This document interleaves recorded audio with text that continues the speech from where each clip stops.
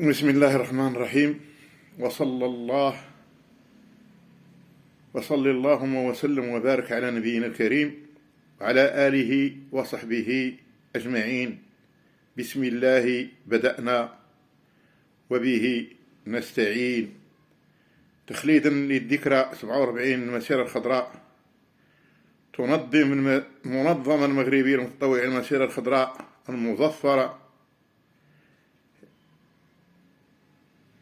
وعيد الاستقلال والذكرى الثانية لتنظيف معبر القرقارات من عصابة البوليساريو وأزلامها. أمسية ثقافية وعلمية يؤطرها أساتذة أجلاء بتنسيق مع المندوبية السامية للمقاومة وجيش التحرير. في هذا اليوم المبارك السعيد نحمده على أن أطال الله في عمرنا لنخلد الذكرى 47 للمسيرة الخضراء المظفرة والذكرى 66 لعيد الاستقلال المجيد، واحتفاء بالذكرى الثانية لملحمة القرقارات المجيدة مع الشعب المغربي الأبي وإخواننا المتطوعين والشعب المغربي من طنجة إلى الغويرة.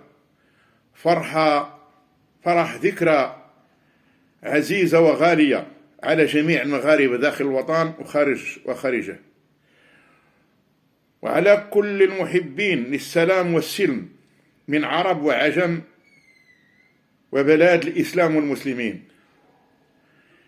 ذكرى بلغت سنتها 47، ذكرى النصر والفتح المبين واسترجاع المقطوع من صحرائنا جنوب الوطن الشرقي، وكل شبر وطأته أقدام المستعمر الغاشي من خسيس اللئيم. أصبحنا ونحن نستقبل يوم 6/11/2022 ومعه ذكرى الفرحة والانتصار وذكرى المسيرة الخضراء لسنة 1975، ذكريات رفع الرايات المغربية خفاقة عالية في تخوم الصحراء التي كانت مستغلة من قبل أذناب الاستعمار، ذكرى صنعت التاريخ المغربي الجديد، ذكرى حمل فيها